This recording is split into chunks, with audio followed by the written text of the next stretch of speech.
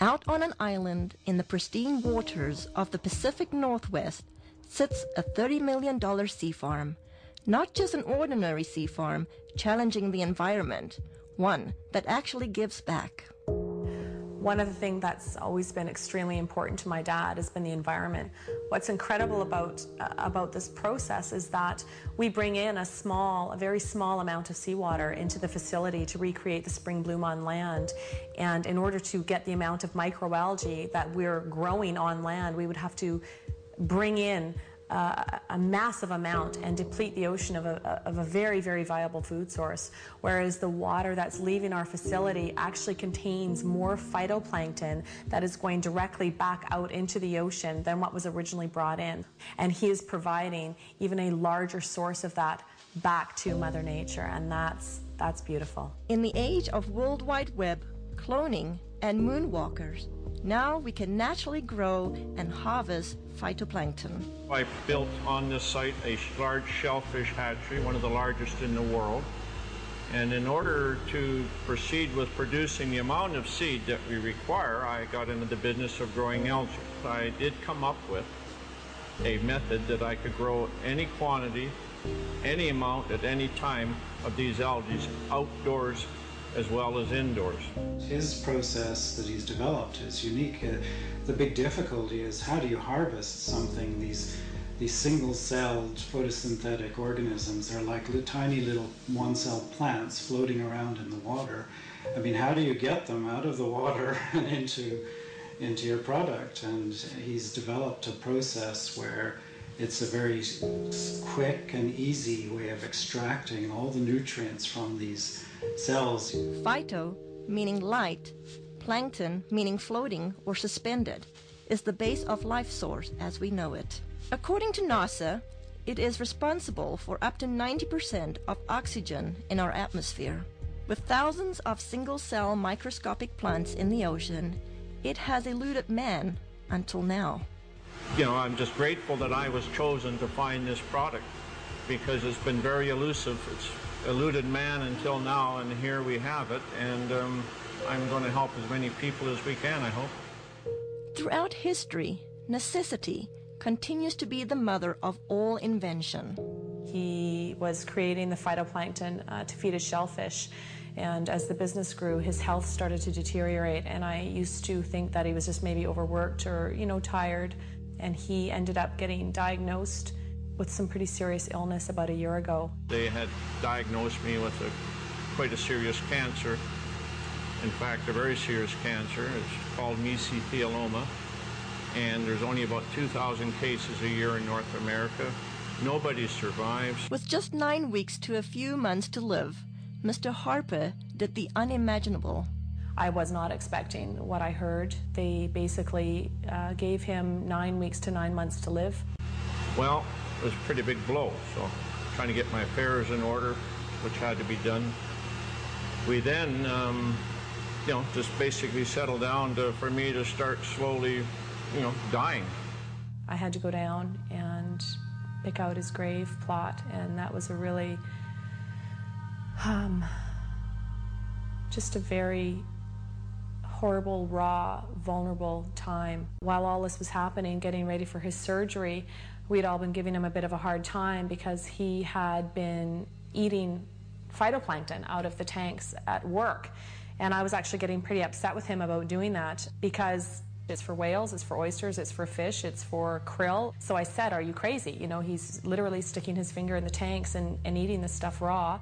I started on a daily routine of just taking a bit of paste, putting it in my mouth, and wash it down with a drink of water and go about my daily business, what I could do. And within about 10 to 15 days, here I am, less pain in my back. I knew that something was going on, so I just kept eating half a teaspoon of this paste a day. I was booked to go for surgery in Victoria where they're going to do what they call a talc treatment, and they take a medical grade talcum powder, they introduce it into between your lungs and your pleural lining and keep you in the hospital for a few days. And that there causes your lungs to fuse together, and it stops you from drowning in your own fluids that are built up. The head surgeon came out and had a very odd look on his face. I said to my mom, oh my God, something's happened. My dad's died. And I was just shaking and panicking, and the surgeon came up to me and he said, you know, I don't know what's going on here, but there's a strange foreign white substance covering your dad's tumors in his lungs, and we've never seen anything like it before. Well, lo and behold, they went in there to have a look, saw something they'd never seen before, took 11 sites, sent them away for biopsy, and I got the news back. There was everything was benign. They just did not know what to make of it. Everything was absolutely clean. Well, the surgeons are saying that they don't know what I had. They don't know if what I created and am taking had any effect on the cancer. All they can tell me is they've never seen what they saw inside of me, and I attribute this to my algae. I fully believe that with all my heart. I do moderate exercise every day. I watch what I eat. I lead a very normal life. And then, as a bonus, I've lost weight and I've tried dieting all my life because I'm a diabetic, or I was a diabetic. If it's a coincidence or not, I don't know. But anyway, my blood sugar started dropping, my weight started falling off, and I ended up probably within about a 6-month period, here I am no longer requiring insulin, and I was taking 88 units a day of insulin, and I now can eat just about what I want in moderation, and I have no elevated sugar levels, and I feel fabulous. The potential benefits far outweigh the painstaking process to create even a teaspoon of a concentrated finished product. Well, we can do in a neighborhood of, in the winter months, about 25 ton of product. Summer months up to 45 metric tons a day.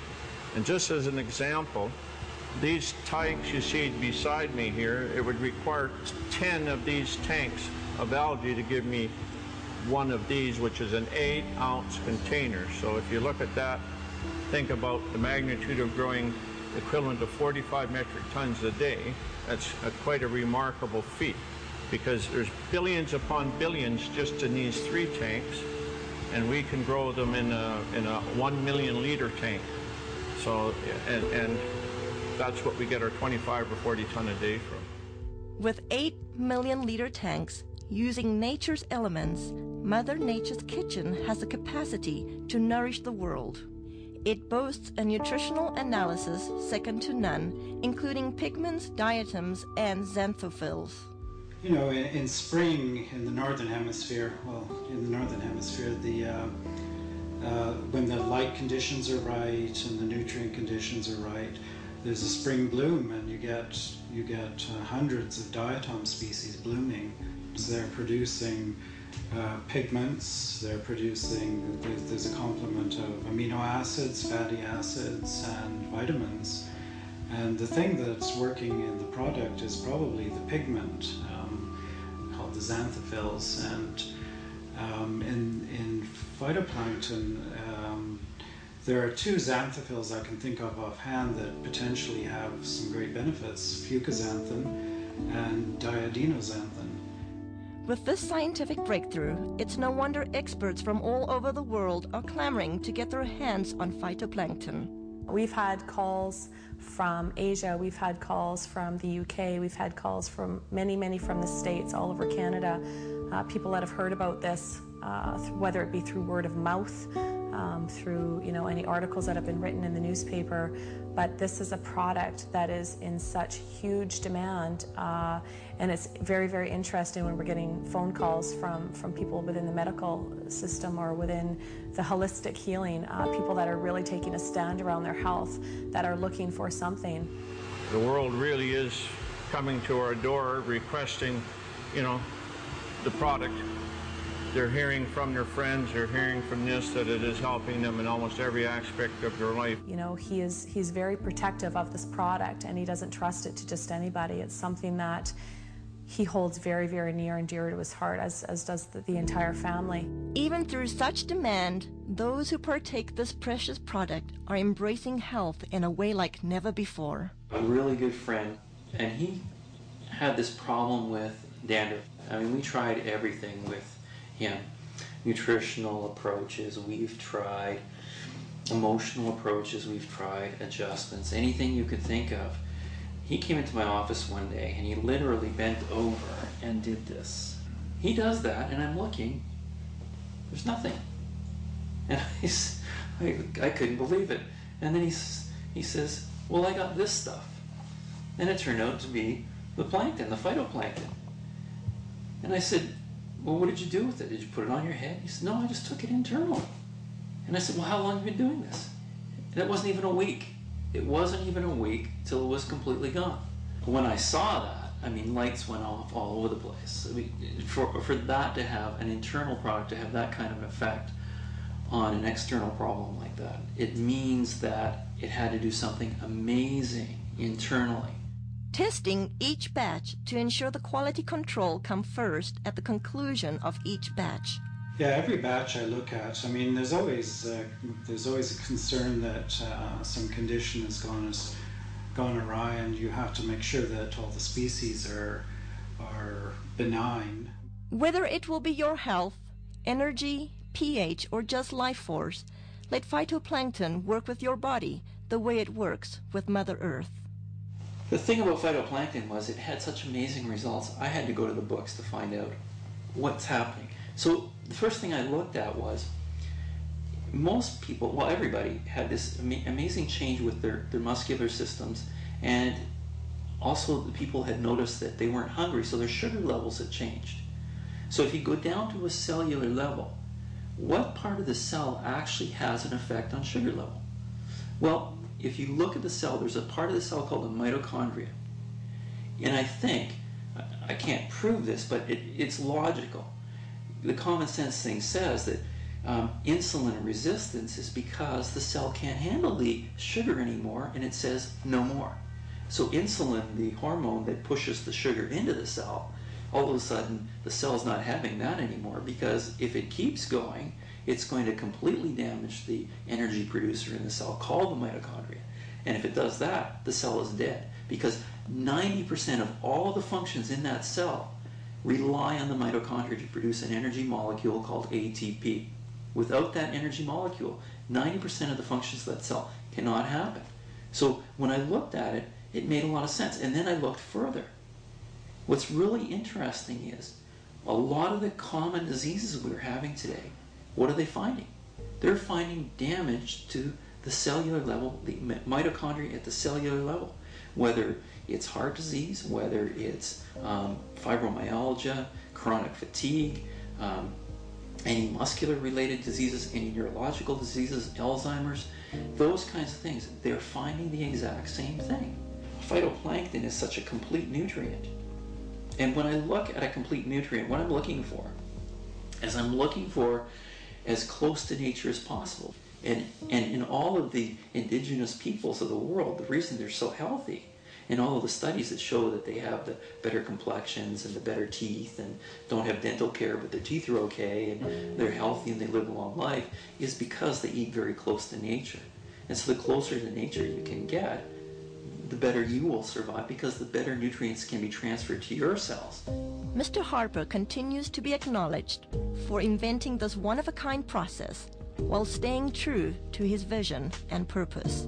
As a family, we're working really hard not to allow a lot of false hype and a lot of media hype to interfere with the integrity of this product. The intent is to share this with people from a place of authenticity and truth.